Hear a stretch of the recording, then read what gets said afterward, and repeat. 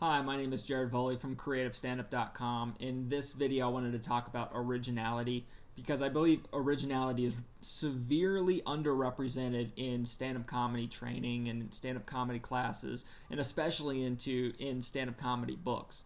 And the prevailing idea seems to be that if you use a step-by-step formula for writing your comedy and you apply it better than anybody else, then that's going to equal success in the end.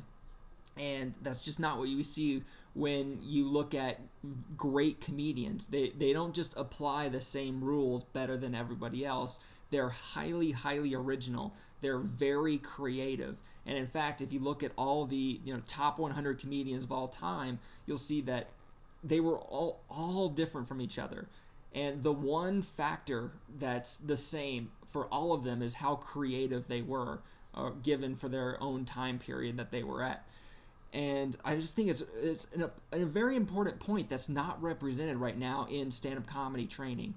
In order to be a highly successful comedian, you cannot just apply the same rules better than everyone else, because being 5 or 10% better than other comedians on a show isn't going to expand your fan base. And if it does, it's going to be very marginal. However, when you're highly original, you appeal so much to a certain niche of audience members. And I know that word kind of scares some comedians because they want to be mainstream. But at the same point, the most successful comedians out there started out as niche comedians. People like Zach Galifianakis, people like Steve Martin. He was a niche comic for years and years as he was developing the idea of anti-comedy. That idea didn't appeal to the massive audience members. However, he appealed so much to that small group of audience members that those people took it on themselves to go out and tell their friends, hey, you have to watch this comedian because he's so much more original than all the other comics out there. You're really missing out on an experience. And I think that's really what it comes down to as a comedian, is that we want to give the audience a reason to remember us. We want to give them an experience, not just go through the same comedy jokes and get some laughs and call it good. We want to give them a reason to end the show and come up to you and talk to you after the show and really engage with you, sign up for your email list, follow you on Twitter, subscribe to you on YouTube, whatever. We want to appeal to them so much that they want to take further action to make sure that they can see you again. And that just simply doesn't happen when you're just a little bit funnier than other comedians on the night. If you're not original, you're going to be continually struggling to expand your fan base, just simply because you're not worth talking about. If you look at the comedians that you believe are worth talking about, look at your own life.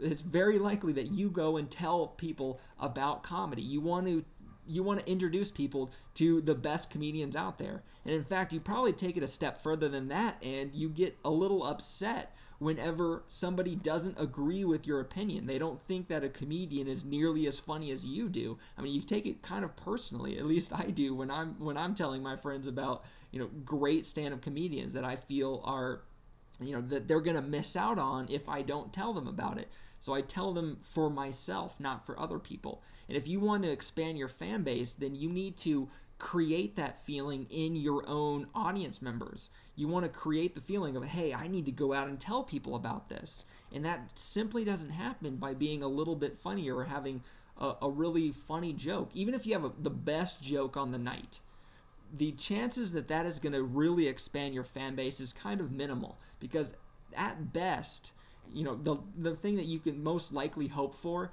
is that the audience member is going to remember the joke but forget who really said it, because the joke is what made the impact, not really you. So even if you're really honing your writing, then that doesn't guarantee that your fan base is really going to expand the same way that being original is, because you can't guarantee that you're going to be the funniest comedian on any given night. That's just something that's out of your control.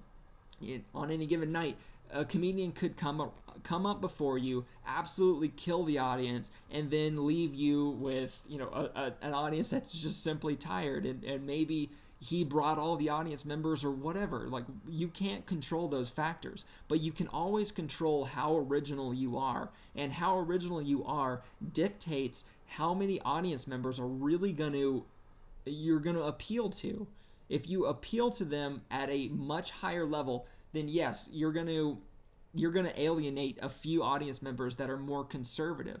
But you don't need to be worrying about that, because you want to be appealing to your niche audience more than anybody else out there. That's what's really going to create the most success for you, is being able to, create that feeling in people that they need to go out and they need to tell people about your show. And you can't do that with every single person. If you try to create mass appeal right off, then what happens is you end up diluting your material so much that you're kind of lukewarm. Audience members don't feel that compulsion to go out and tell their friends about you. And I think a lot of comedians really almost fear originality, because the more highly original you are, the more you're going to alienate some of those audience members. That's just something that happens. But if you only look at the short-term perspective, that is true.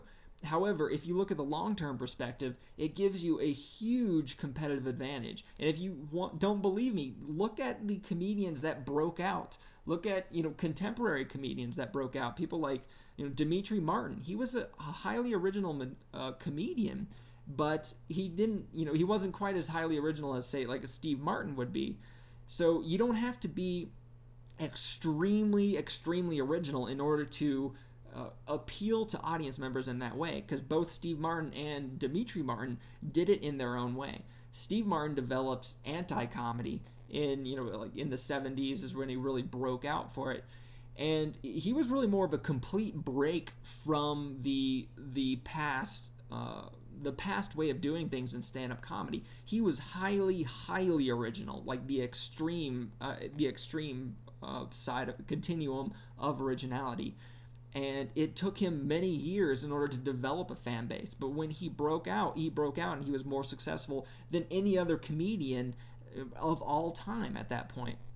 And then a comedian like Demetri Martin, he wasn't nearly as original as Steve Martin, but at the same time, he was worth talking about because he was so much different than everybody else out there. I mean, you don't have to go out and trample every single stand-up comedy rule that is out there in order to be original. Demetri Martin was able to be original within a very constrained framework, if you want to put it that way, because he was coming from a much different perspective. And whether you like Demetri Martin's material or not, you have to look at his material and say he was definitely original.